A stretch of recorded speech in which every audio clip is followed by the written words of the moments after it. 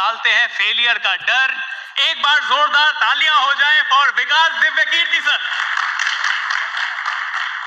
भाई विकास सर की तबीयत थोड़ी सी खराब है, खांसी काफी ज्यादा है मुंबई में आकर, तो sir thank you so much उसके बावजूद भी हमारे साथ यहाँ पर बने रहने के लिए, आइडियाज ऑफ इंडिया में आने के लिए। Most welcome.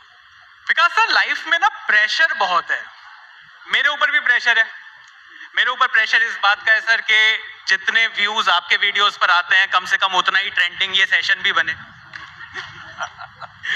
तो सर लेकिन आप आईएएस एस्पिरेंट्स को पढ़ाते हैं, वो कितना बड़ा प्रेशर है? क्योंकि बच्चों का भविष्य तो आपके हाथ में है ही, पर वो आईएएस के हैं तो देश का भविष्य भी इनके हाथ में, वो कितना बड़ा प्रेशर है? मतलब मेरा ख्याल ये है कि खुद को इतना सीरियस लेना नहीं चाहिए। मैं किसी का फ्यूचर बनाता हूँ, ये बहुत बड़ी गलतफहमी है अगर मैं ऐसा सोच लूँ तो। मैं तो पढ़ाता हूँ, उनमें से जिन बच्चों में मेहनत करने का जज्बा हो, इंटेलिजेंस का ठीक लेवल हो, मेहनत करते हैं, थोड़ा किस्मत का मामला भी होता है, तो वो आईएएस बन जाते हैं। लेकिन ये गलतफहमी मुझे एकदम नहीं है कि मैं देश का भविष्य बना रहा हूँ या मैं बच्चों को आईएएस बनाता हूँ। वो खुद बनते हैं, मैं तो सिर्फ इनेबलिंग तरीके से कुछ हेल्प उनकी करता हूँ, इतना ही है बस। और प्रेशर तो है ही, आप जो भी काम करते हैं आप पर प्रेशर है कि व्यूज अच्छे आए, मुझ पर प्रेशर है कि बच्चे जिस उम्मीद से मेरे पास आए हैं उन्हें वो जरूर मिल जाए, तो वो हम हैंडल करते हैं, डेफिनेटली कर लेते हैं। विकास सर इस प्रेशर में पेरेंट्स का कितना प्रेशर है? क्योंकि लोग बच्चों पर प्रेशर की बात करते हैं, मैंने आपके ऊपर प्रेशर की बात कर ली। क्या आपको लगता है कि ये जो आईएएस की जो कोचिंग होती है उसमें कम से कम एक दिन, शायद लास्ट डे हो, पेरेंट्स की भी कोचिंग होनी चाहिए कि भाई इतने प्रेशर को कैसे हैंडल करना है, कम से कम रिजल्ट के बाद कैसे हैंडल करना है? मेरे ख्याल से पेरेंट्स की कोचिंग तो उसी दिन होनी चाहिए जब वो पेरेंट्स बनते हैं, और हमारे देश में बच्चों की कोचिंग से ज्यादा जरूरी है पेरेंट्स की कोचिंग करना। मैं भी एक पेरेंट हूं और मैं भी इस बात को समझता हूं। एक अजीब सा भय बच्चों के मन में रहता है। उनको, मैंने कई बच्चों को देखा, एक जिक्र करूंगा आज एक एग्जाम्पल का भी, जैसे मैं हल्का जिक्र करता हूं फिर वापस आता हूं। मुझसे कई लोगों ने पूछा कि इतने विद्यार्थियों को पढ़ाने के बाद जिंदगी में सबसे ज्यादा अच्छा अनुभव कौन सा रहा। मुझे एक एग्जाम्पल याद आता है, आज से करीब 15-17 साल पहले का। एक लड़की मुझसे मिलने आई जिसकी उम्र रही होगी करीब 21-22 साल उस समय, और उसने रोते हुए मुझसे एक बात कही कि मैं गांव में थी, कस्बे में, गांव में कहीं, और वहां मेरे साथ रेप हुआ। और जिस तरह से उसने डिस्क्राइब किया बहुत ही घबराने वाली बात थी। तो मैंने कहा फिर आपने पुलिस कंप्लेंट तो की होगी, पेरेंट्स से बात की होगी। उसने कहा मैं दुनिया में ये बात किसी से भी डिस्कस कर सकती हूँ, आपसे कर सकती हूँ, अपने पेरेंट्स को नहीं बोल सकती, क्योंकि जब मैं छोटी थी कुछ रिश्तेदारों ने ऐसी हरकतें की थी और मैंने जब अपनी माँ को बोला तो मेरी माँ ने मुझे डांट के भगा दिया। और उस लड़की के मन में एक ही सपना था, बोले मुझे नौकरी नहीं चाहिए, मैं जिंदगी जी लूंगी, मेरा मन करता है कि मैं पुलिस बनूं और कम से कम अपने इलाके में किसी और बच्ची के साथ ये ना होने दूं। और मेरी जिंदगी का सबसे सेटिस्फाइंग समय वो था जब 3-4 साल की मेहनत के बाद वो लड़की आईपीएस बनी। अभी वो आईपीएस है। अब क्योंकि ये एग्जाम्पल मेरी तबीयत थोड़ी खराब है, थोड़ा बियर करना पड़ेगा आपको। अब ये एग्जाम्पल क्योंकि बहुत पर्सनल है तो मैं नाम तो रिवील नहीं कर सकता हूँ, लेकिन मुझे खुशी है कि उसने अपना वायदा निभाया और वो जहां है बहुत सारी बच्चियों की हेल्प कर पा रही है। तो मुझे चिंता इस बात से होती है, अगर कोई अपने पेरेंट्स से ये बात भी नहीं कर पा रहा कि मेरे साथ ऐसा हुआ, तो सीखने की जरूरत इस बच्चे को है या पेरेंट्स को है। और मेरे ख्याल से हमारे देश में कोटा में जो सुसाइड्स इतने सारे होते हैं, दिल्ली में तो क्योंकि बच्चे बड़ी उम्र के होते हैं, समझदार हो जाते हैं, लेकिन कोटा में तो बहुत छोटे बच्चे होते हैं। और यदि बच्चे सुसाइड करते हैं तो मैं साफ साफ कह रहा हूं, एक बहुत प्रसिद्ध कविता है, उसकी एक लाइन है, दिखाई दे या ना दे पर शामिल जरूर होता है, हर खुदकुशी में दरअसल हत्यारा शामिल होता है। खुदकुशी खुदकुशी नहीं होती, हत्या होती है। अंतर सिर्फ इतना है कि वो एक आदमी ने मर्डर नहीं किया, समाज ने मिलकर किया है। और जब समाज मर्डर करता है तो वो खुदकुशी उसका नाम है, और समाज एजेंट बनाता है पेरेंट्स को। और पेरेंट्स गलत नहीं होते हैं, पेरेंट्स पे अपना प्रेशर बहुत ज्यादा है सोसाइटी का। मैं ये नहीं कह रहा कि पेरेंट्स को टांग दीजिए, पेरेंट्स पर भी बहुत प्रेशर है, लेकिन पेरेंट्स को समझना पड़ेगा कि अगर समाज के प्रेशर को उन्होंने बढ़ा के या उतना का उतना बच्चे पर डाल दिया तो फिर पेरेंट होने का मतलब क्या हुआ। तो पेरेंट्स को तो ढाल होना चाहिए अपने बच्चों के लिए, ना कि और प्रेशर क्रिएट करने वाला मैकेनिज्म होना चाहिए। तो उनकी ट्रेनिंग जरूरी है। सर थोड़ा सा आपके टीचिंग स्टाइल की बात करते हैं। विकास सर, मैंने सुना है कि आप इंग्लिश में भी कोचिंग लेते हैं, पर उसमें आप 40% हिंदी बोलते हैं। ये क्या बात है? मतलब इंग्लिश बोलना इतना जरूरी, इंग्लिश में पढ़ाना इतना जरूरी, अगर हिंदी फिर भी बोलनी पड़ रही है तो? या कोई और कहानी है इसकी? नहीं, इसकी दूसरी कहानी है। मतलब हमें अंग्रेजी बोलने में दिक्कत नहीं है, हम 3 घंटे की क्लास इंग्लिश में लेते हैं, ऐसी कोई दिक्कत मुझे प्रॉब्लम ये है कि जो बच्चे आईएएस के लिए पढ़ने आते हैं हमसे, उनमें से 90% वो हैं इंग्लिश मीडियम में, जो इंग्लिश मीडियम के बच्चे हैं। इंग्लिश उनके लिए लिखने का मीडियम है, समझने का नहीं है। और कम से कम जोक्स का तो एकदम नहीं है, हंसी मजाक का तो एकदम नहीं है। So when I took the first class in English medium, I continued in English for almost 3 hours, and then one of the students asked me, "Sir, you are speaking in English." मैंने कहा, "That's what I'm supposed to. This is an English medium class." तो बच्चों ने मुझे कहा, "नहीं sir, English medium का मतलब हम जो समझते हैं, आप लिखवा इंग्लिश में दीजिए, टर्म्स इंग्लिश की यूज कीजिए, पर बोलिए हिंदी, क्योंकि हमें समझ हिंदी में आता है." And this is good. We are using English as a cognitive language, language of learning. Why should we use English as the mother tongue? Why should we use English as the language of jokes and humor? हम अपने तरीके से use करेंगे भाषा को। पर sir, English speaking वालों का कोई एज है क्या हिंदी बोलने वालों के ऊपर? जरूरी नहीं है। इज्जत तो उन्हें ज्यादा मिलती है। हाँ, ये है हमारे समाज में, यदि कोई इंग्लिश बोले तो लोग मान लेते हैं कि ये बहुत ही समझदार व्यक्ति है, चाहे वो कितनी भी खराब बात बोल रहा हो। और हिंदी वाले को एक प्रेशर होता है ये साबित करने का कि नहीं, मैं अच्छी बात बोल सकता हूँ। मैं आपको एग्जांपल देके समझाता हूँ। हम आईएएस के इंटरव्यूज जब लेते हैं, मॉक इंटरव्यूज, अगर किसी बच्चे की बैकग्राउंड में लिखा हो कि उसने इंग्लिश ऑनर्स किया, मास्टर्स इन इंग्लिश किया, हम प्रिज्यूम करते हैं कि बहुत समझदार बच्चा होगा। कई बार गलत भी साबित हो जाता है। और अगर कोई बच्चा संस्कृत से या उर्दू से या अरेबिक से पढ़ के आया हो, हमारी प्रिजम्पशन होती है कि उस बच्चे के पास बहुत कम चीजें होंगी, विजडम कम होगी। गलत प्रिजम्पशन है। उस बच्चे को कम से कम 10 मिनट तो ये साबित करने में लगते हैं कि नहीं, मैं भी समझदार हूं, और उसके बाद फिर वो अपने आप को साबित करता है। ये सोशल प्रॉब्लम है। हमारी सोसाइटी इंग्लिश को ओवर वैल्यू करती है, जबकि भाषा क्या है? आप जिस समाज में रहते हैं वहां की भाषा बोलते हैं। It's as simple as that. England का बच्चा गधे से गधा बच्चा भी इंग्लिश बोलता है, लेकिन बात तो गधेपनी की करता है उसके बाद भी। और हिंदुस्तान का बच्चा, हिंदी बेल्ट का बच्चा हिंदी सीखेगा तो हिंदी में बात करेगा। समझदारी और भाषा कोई ऐसा नेसेसरी लिंक थोड़ा ना है कि समझदारी एक भाषा में ही आएगी, किसी में भी आ सकती है। सर, यंगस्टर्स को पढ़ाने के लिए आप भी ह्यूमर का सहारा लेते हो। बहुत सारे लोग अब ह्यूमर का सहारा लेने लगे हैं। पहले तो सिर्फ लड़की को इम्प्रेस करने के लिए ही सेंस ऑफ ह्यूमर का सहारा लेना पड़ता था, अब पढ़ाने के लिए भी लेना पड़ता है। जब मैं छोटा था, मैं हरियाणा से हूँ, तो जो बात आपने कही, हमारे स्कूल में कहावत थी लड़कों के बीच में कि अगर किसी लड़की को इम्प्रेस करना, उसे हंसाओ। और एक कथन चलता था, हंसी तो समझो फंसी। तो हम तो उसी जनरेशन से सुन के बड़े हुए। पर मैंने पाया पढ़ाते हुए, क्योंकि हमारे यहाँ क्लासेस काफी लंबी होती है, 3 घंटे की एक क्लास होती है, और कभी कभी आधे घंटे के ब्रेक के बाद फिर 3 घंटे, फिर 3 घंटे, कभी कभी ऐसा भी होता है रेयर सिचुएशंस में, वैसे 3 घंटे की। एक जनरल स्पैन ऑफ अटेंशन किसी इंडिविजुअल का 1 मिनट के आसपास होता है।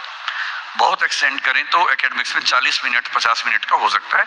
इसलिए आप देखेंगे कि स्कूल्स में, कॉलेजेस में लेक्चर का जो ड्यूरेशन है that is 40 minutes 50 minutes on an average. हमें 3 घंटे पढ़ाना होता है। तो एक जरूरी चीज है कि बच्चों को बार बार रिफ्रेश करते रहें। रिफ्रेश का बटन तो है नहीं कंप्यूटर की तरह से, अपने दबाए और रिफ्रेश हो गए।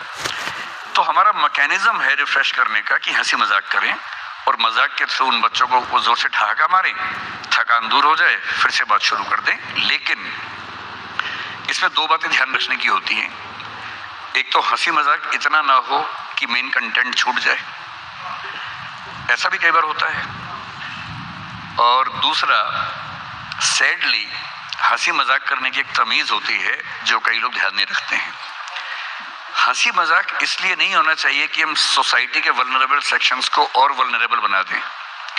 हमारा सारा ह्यूमर औरतों पे ही हो, हमारा सारा ह्यूमर कुछ जातियों पे हो, हमारा सारा ह्यूमर LGBT पे हो, थर्ड जेंडर पे हो, तो हम मजाक के माध्यम से समाज को और गंदा बनाते हैं, समाज को अच्छा नहीं बनाते।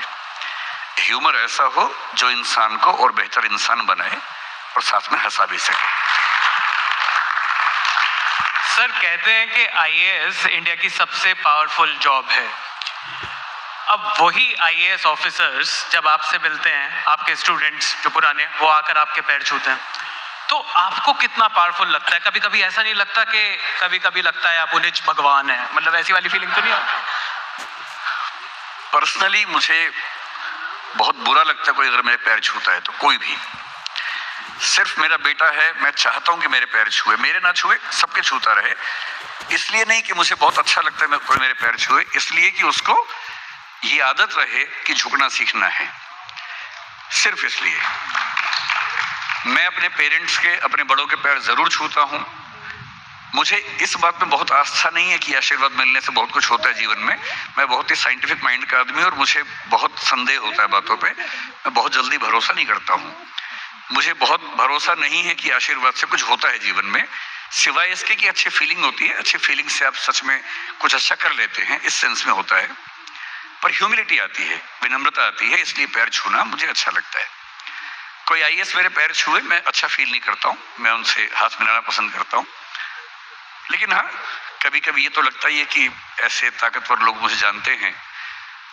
पर शायद मुझे साल 2 साल में एक आध बार किसी बहुत छोटे मोटे काम के लिए किसी की हेल्प लेनी पड़ती है, वो भी अपने काम के लिए नहीं, किसी जेन्युइन रीजन से, तो काम हो जाते हैं। मतलब कोई काम ऐसा नहीं होता कि मैं कोई काम चाहूं और ना हो पाए, पर मैं चाहता नहीं, जरूरत नहीं पड़ती। तो सिर्फ IAS बनने में ही पावर नहीं है, IAS बनाने में भी पावर है। बहुत पावर है, IAS बनाने में बहुत पावर है। और अभी तो बहुत इंटरेस्टिंग बात है, पिछले 2 साल में जो नया, जब से सोशल मीडिया पे एक्टिविटी बढ़ी, मैं बहुत एक्टिव हूं नहीं, मेरी कुछ क्लासेस लीक हो गई तो कई हजार लोगों ने उसकी क्लिप बना बना के शेयर करनी शुरू कर दी अपने चैनल्स पे। करीब 15-20 हजार चैनल से, जिनमें से मेरे केवल 2 हैं और हम क्लिप शेयर नहीं करते हैं। तो मुझे नहीं पता कौन लोग हैं, पर उनकी वजह से हुआ ये कि अब मैं जहां जाता हूं तो पर्सनल कुछ नहीं बचा मेरे जीवन में। लेकिन एक बहुत इंटरेस्टिंग फिनोमेना क्या हुआ, इस बीच में कुछ बहुत सीनियर किस्म के लोग, including A cabinet minister in the centre, including a chief secretary of one state government, उन लोगों ने मुझे फोन किए और कहा कि हम रोज आपकी क्लास देखते हैं and we have become your students. अब ये बड़ा इंटरेस्टिंग है कि जो मुझसे 10-20 साल बड़े हैं, इतने ऊंचे पदों पे हैं, जब वो ऐसी बात कहते हैं तो जब मिलते हैं तो पैर मैं ही छू लेता हूँ उनके, लेकिन कहते वो हैं कि तो बड़ा इंटरेस्टिंग है। अच्छा, इंटरेस्टिंग फिनोमेना है। सर, अब मेरे पास कुछ स्टूडेंट्स के सवाल हैं, थोड़े से नालायकी के लगे तो आप बिल्कुल ये मत समझिएगा ये मैंने लिखे हैं, ये स्टूडेंट्स के ही हैं। पहला सवाल है सर, रट्टा लगाने का टैलेंट IAS क्रैक करने के लिए कितना जरूरी है? बहुत थोड़ा सा, ज्यादा नहीं। कुछ बातें तो आपको रटनी ही पड़ती हैं, कुछ भी आप मीडिया में वहां भी रटना पड़ता होगा कुछ बातें। जैसे यहाँ आपका ऑप्शन है कि आप कार्ड लेके आ सकते हैं, UPSC में ऑप्शन नहीं होता ये वाला, तो उनको याद करना पड़ता है। अब जैसे मैप है, इंडिया का मैप है, इंडिया के लेफ्ट में पाकिस्तान है, ये कोई लॉजिक की बात तो है नहीं, तो याद ही करना पड़ेगा। पाकिस्तान के बाद अफगानिस्तान, याद ही करना पड़ेगा। तो हिस्ट्री में किसी किंग के बाद दूसरा किंग आया है, याद ही करना पड़ेगा ना। So a lot of things are to be marked up, लेकिन रटना is only 10-15% of IAS preparation, बाकी अंडरस्टैंडिंग का मामला है। सर, अगला सवाल है कि पढ़ाई करते करते मुझे गर्लफ्रेंड की बहुत याद आती है, मैं क्या करूं? मिल लो क्योंकि अगर आप उससे नहीं मिलेंगे तो याद में ज्यादा समय खराब करेंगे। और 2-4 बार मिल लेंगे तो मिलने की इच्छा वैसे भी कम हो जाएगी, फिर आप पढ़ाई करेंगे। And this is not only about the girlfriend, this is also about the boyfriends. It's a gender neutral statement, क्योंकि ज्यादा याद इसलिए आ रही है कि कम मिले हैं। फैमिलियरिटी ब्रीड्स कंटेम्प्ट बहुत सामान्य सा नियम है। 10-20 बार मिल लीजिए, फिर कम मिलेंगे। मनी डजंट मैटर, ये लाइफ में कितना पैसा कमाने के बाद कहा जा सकता है? लोगों का सवाल है, मेरा नहीं है। नहीं, आपका भी तो क्या दिक्कत है इसमें? देखिए, 2 तरह के लोग हैं। एक बड़ी प्रसिद्ध कहावत है, संत किसको बोलते हैं। तो मैंने एक स्टेटमेंट पढ़ी थी कहीं कि संत वो नहीं है जो दुनिया के कंपटीशन से हार जाता है, संत वो है जो दुनिया के हर कंपटीशन में जीत सकता है, पर उसमें एंटर करने से पहले ही उसको पता है कि इसमें जीत के भी कुछ हासिल नहीं होने वाला। जैसे एक फेमस स्टेटमेंट है कि चूहों की दौड़ में सबसे इंटरेस्टिंग है कि जीतने वाला भी चूहा ही होता है। तो ये रियलाइजेशन किसी किसी को पैसा कमाने के बाद आता है, किसी को उसके बाद भी नहीं आता है, और किसी किसी को उसके पहले भी आ जाता है। एक एग्जाम्पल है कबीरदास। अगर आप मुझसे पूछेंगे पूरी इंडियन हिस्ट्री में अगर मुझे एक व्यक्ति के पैर छूने हो तो मैं कबीरदास को चुनूंगा। और कबीरदास के अंदर ये रियलाइजेशन पैसा कमाने से पहले आ गया था। लोग उनको पैसा ऑफर करते थे, पर वो क्या बोलते थे, साईं उतना दीजिए जा मैं कुटुंब समाए, मैं भी भूखा ना रहूं साधु न भूखा जाए। सिर्फ इतना चाहिए कि पेट भर जाए और कोई मेहमान आए तो उसका पेट भर जाए। उन्होंने पैसे को हाथ तक नहीं लगाया कभी। इसका मतलब ये नहीं कि वो नहीं कमा सकते थे। बाकी लोग भी हैं, कमाते हैं और कमाते हैं, गलत तरीकों से भी कमाते हैं, स्कैम करके कमाते हैं। तो कुछ लोगों की भूख कभी खत्म नहीं होती, कुछ की एक लेवल पे खत्म होती है, कुछ शुरुआत के समय ही खत्म कर लेते हैं। डिपेंड करता है कि उस व्यक्ति का व्यक्तित्व कैसा है, पर्सनैलिटी कैसी है। अगर अभी ये सवाल मुझ पे टारगेटेड था तो मैं अपने बारे में जवाब दूं। बताइए सर। मैं अब जनरली पैसे के लिए काम नहीं करता हूं, लेकिन जैसे 3 इडियट्स में एक डायलॉग है, एक लेवल के बाद आप कुछ भी करते हैं तो पैसा ही जाता है, लेकिन मैं पैसे के लिए अब काम नहीं करता हूं। मेरा मोटिवेशन अब वो नहीं रहता। मेरा मोटिवेशन कुछ अलग किस्म का है जिसमें पैसा बड़ा फैक्टर नहीं है। But yes, I am a successful person, तो मेरे पास कोई कमी नहीं है। मैं अपने परिवार का भरण पोषण जीवन भर कर सकता हूँ, कोई चिंता की बात नहीं है। इसलिए मैं कह पा रहा हूँ ये बात। और इससे पहले कहना बेवकूफ़ी भी है। जब तक आप इतना न कमा लें कि आप खुद का पेट भर सके, परिवार को सम्मान की जिंदगी दिलवा सके, उसके पहले ये कहना कि पैसा नहीं चाहिए एक बेवकूफ़ी भी है। या तो संत हो जाइए, और यदि सांसारिक जीवन जी रहे हैं तो ठीक से निभाइए उसको। फिर सर कई बार ना रिश्तेदार ऐसे ही पूछ लेते हैं कि कितनी सैलरी है, तो इसका क्या जवाब देना होता है? अगर इतनी है कि उनको डरा सकते हैं तो बता दीजिए। अगर इतनी नहीं है तो बताइए कि वो पैकेज है और इतना तो हर महीने मिलता है, बाकी बोनस वगैरह अलग से मिलता है। घुमा फिरा के बोल दीजिए। और नहीं तो थोड़ा दबाव बनाना ही है, थोड़ा बढ़ा के बोल दीजिए, कौन चेक कर रहा है। क्योंकि वो इसलिए पूछ रहे हैं कि वो आपसे कंपेयर करना चाह रहे हैं, और जो इतना कंपेयर करता है उसको थोड़ा सा दुख देना लाजमी है। थोड़ा सा बढ़ा के बोल दीजिए, इतना लाजमी। एक क्वेश्चन है सर कि ओवर कॉन्फिडेंस और अंडर कॉन्फिडेंस में क्या ज्यादा खतरनाक है? अगर आप किसी पावरफुल पोजीशन पे हैं तो ओवर कॉन्फिडेंस ज्यादा खतरनाक है, क्योंकि अगर पाकिस्तान का पीएम ओवर कॉन्फिडेंस में बम फेंक दे भारत पे तो फिर पूरे पाकिस्तान के लिए घातक हो जाएगा। लेकिन यदि आप नॉर्मल लेवल पे हैं तो अंडर कॉन्फिडेंस ठीक है। हाँ, उस केस में अंडर कॉन्फिडेंस ज्यादा घातक है। पावरफुल पोजीशन पे हैं तो ओवर कॉन्फिडेंस ज्यादा घातक हो जाएगा। सर इसमें मेरा लास्ट क्वेश्चन है, ये जो बच्चों ने जो क्वेश्चन पूछे थे कि 3 गलतियां जो स्टूडेंट लाइफ में नहीं करनी चाहिए, मेरा भी फेवरेट क्वेश्चन है। पहली गलती, अपना प्रश्न किसी और का बता के नहीं पूछना चाहिए।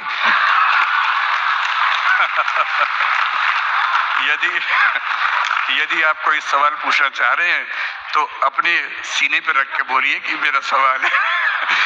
यानी कि छिप के बंदूक क्यों चलानी है, खुल के चलाइए। ऐसा क्या है? मेरा ख्याल है कि बच्चों को यह समझना चाहिए कि वो इंसान है, रोबोट नहीं है, मशीन नहीं है। इतना पढ़ना है, रात दिन पढ़ना है, वो सब नाटक करने की जरूरत नहीं है। जिंदगी इतनी मुश्किल है नहीं जितनी हम बना देते हैं। मैं बच्चों से पहले दिन बोलता हूँ 8 घंटे पढ़ो, 8 घंटे सो, 8 घंटे मौज मस्ती करो तो आईएएस बन जाओगे, इससे ज्यादा मत पढ़ो। दूसरा, केवल किताबें मत पढ़ो, जिंदगी को भी पढ़ो, दोस्तों को भी पढ़ो, आसपास के समाज को भी पढ़ो। सप्ताह में एक फिल्म जरूर देखो, दिन में 1 घंटा अपने दोस्तों से गप्पे जरूर मारो। किसी अच्छे टॉपिक पे हो तो बढ़िया, वरना बिचिंग करो, कुछ भी करो, पर बातचीत करो, ताकि बात करने का शऊर भी सीखो, सोशल स्किल्स भी सीखो। और ये जिंदगी जीनी है, आईएएस बनना should be A part of life, it should not be life. और मुझे एक American pragmatic philosopher 20th century के हैं, एजुकेशन में बड़ा अच्छा काम किया, जॉन डीवी, शायद आपने सुना होगा। सबसे अच्छी बात उनकी ये लगती है, education is not the preparation for life, it is life. इसको समझ लीजिए कि शिक्षा जीवन जीने की तैयारी नहीं है, शिक्षा ही जीवन है। जिंदगी भर जिससे सीखने को मिले सीखते रहिए। रिक्शा वाला भी कुछ ना कुछ सिखा देगा, कोई भी सिखा देगा, बस नजर खुली रखिए, सीखते रहिए। एक बेहतर इंसान बनने का मौका हमेशा हमारे पास होता है, कभी रुकता नहीं है। Thank you so much sir, thank you so much.